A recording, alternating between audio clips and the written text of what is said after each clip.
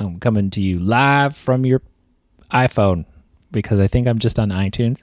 But if you're on the Android device, I'm coming from inside your Pixel. Ooh, scary. Someone let me out. That was a horrible joke.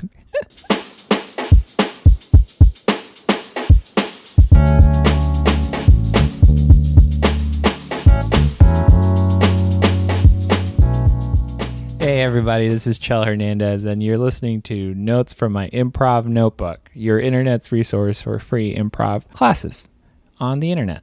Isn't that neat? I think it's neat. Anyways, my name is Xchel. I am a comedian here in Los Angeles, California, and I just love teaching improv. So I just wanted to get people out there a way to get these classes for free, because sometimes classes can be expensive, especially out here in LA. I cannot afford $500. That is for sure. Today I wanted to talk to you about fear and how fear can really just trap us into a certain mode of play. Play that is not free. It is stilted. It is boxed. You cannot move out of there because of fear. Fear dictates a lot of what we do. I was recently at a show and I was watching this improv show, and I noticed that this group took time to initiate scenes. What had happened is that they would perform their scene, someone would edit, and then there would be about 10 seconds of space before they would start their next scene. A lot of that space was them thinking on the back line, them trying to come up with initiation that either related to their theme or related to something that they were trying to portray to the other person as clear as possible. I felt it was a very safe way to play because you were really thinking about how you were going to say this first line so your other person could get on the same page as you. Now, this is a very premise type of play. Premise meaning that I have an idea and this other person has to follow my idea as long as I direct them in the correct way. If my initiation doesn't speak to what they are doing in that scene, then it can go off the rails and then my premise will never be fulfilled.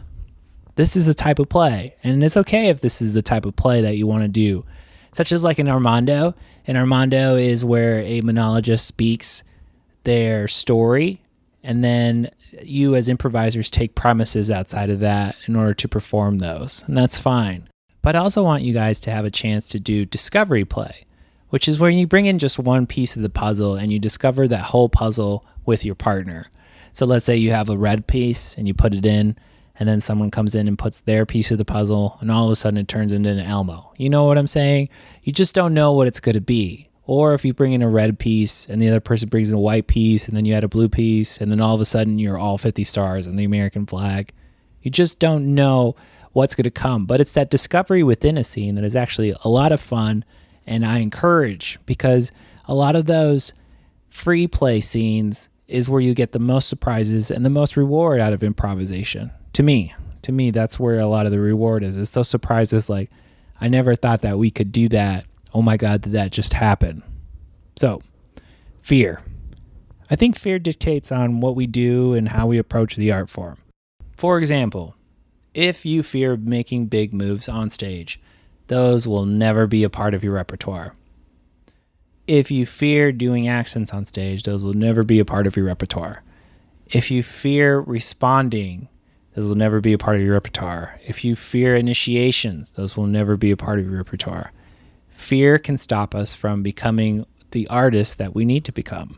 We need to force ourselves to overcome this type of fear, and that is very difficult.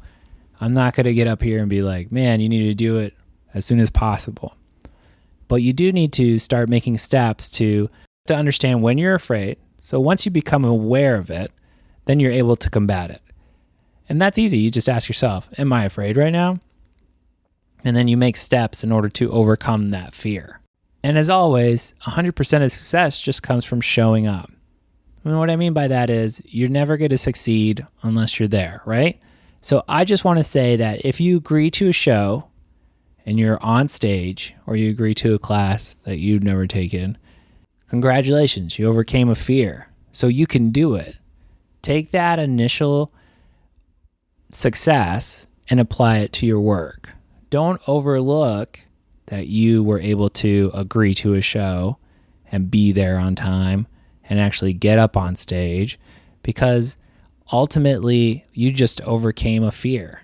I get afraid during shows sometimes. And, what I usually try to do is I try to double down on my commitment. I use that nervous/fear energy and I put it into my characters as much as possible. That's a way to approach it.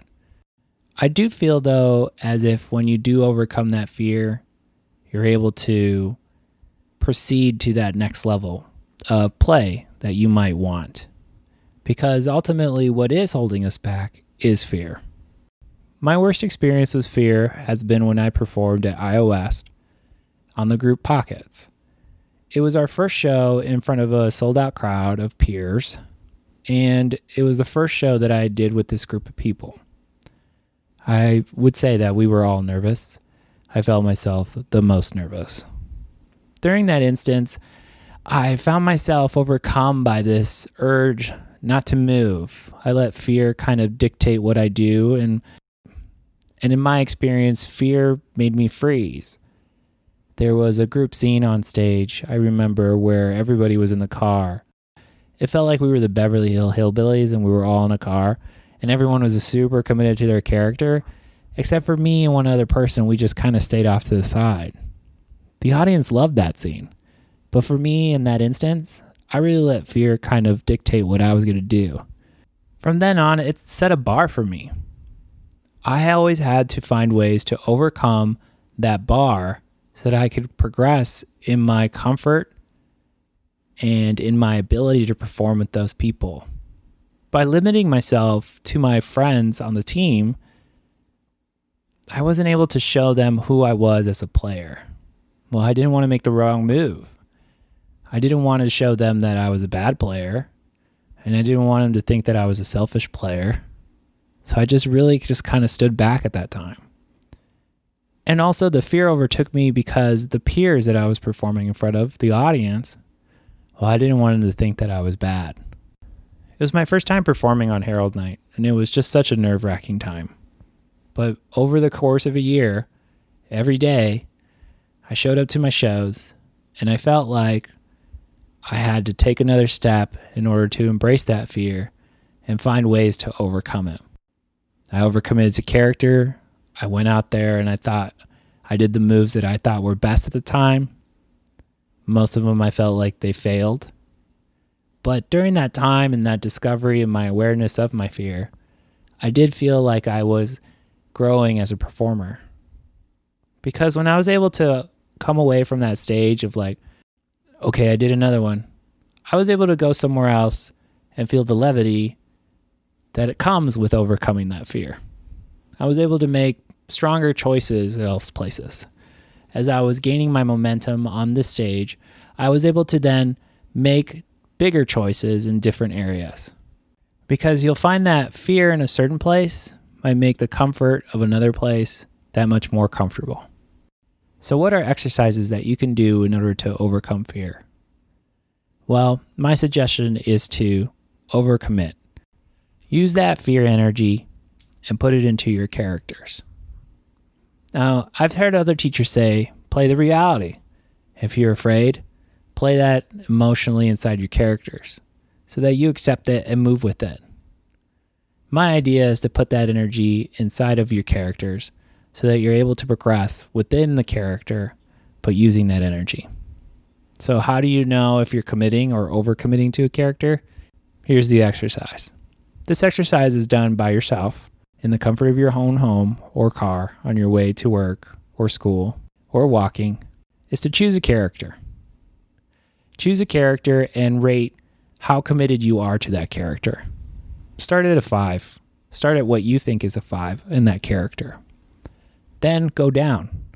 How is a 4 commitment to that character? How's a 3? How's a 2? How's a 1? Go back up to 5 and then go the other way. What does an 8 feel like? What does 10 committed to that character feel like? Because if you're aware of your commitment level to the character, you'll be able to understand what it's like to play those characters at a certain commitment level, and what you have to bring when you're nervous or afraid, that type of energy, to the commitment of your character. So let's say you normally play something at a 5, but you're afraid at a show, so your character is a 2. We'll find out how it feels to play that character at a 10. Now, during a show, this exercise may not be the best to be like, I'm going to start at a 10, because you can no longer heighten that character in that experience that's happening on stage. But you'll understand to yourself, man, I'm afraid and I'm playing these as 2s, and I understand that I just have to put a little bit more energy and commitment so that I can distract myself from what I'm afraid of and commit it to my character. And that's my best suggestion for overcoming your fear.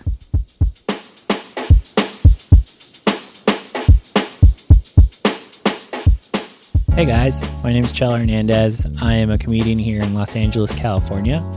I would appreciate any rates or reviews for my podcast. Each rate and review actually helps me get this podcast to people who love improv just as much as you do. I'm also available for questions. If at any time you have a question about something that I talk about or something related to improv, please shoot me an email at highsilentx@gmail.com. Or you can also find me on Instagram at highsilentx, and that's HISILENT, X as in X-ray. I'm available for teaching, so if you'd like me to come out and teach a group or a workshop anywhere you are, I'm welcome to come out there. Please email me at highsilentx@gmail.com, and let's work something out. Other than that, thank you so much, and have a great week.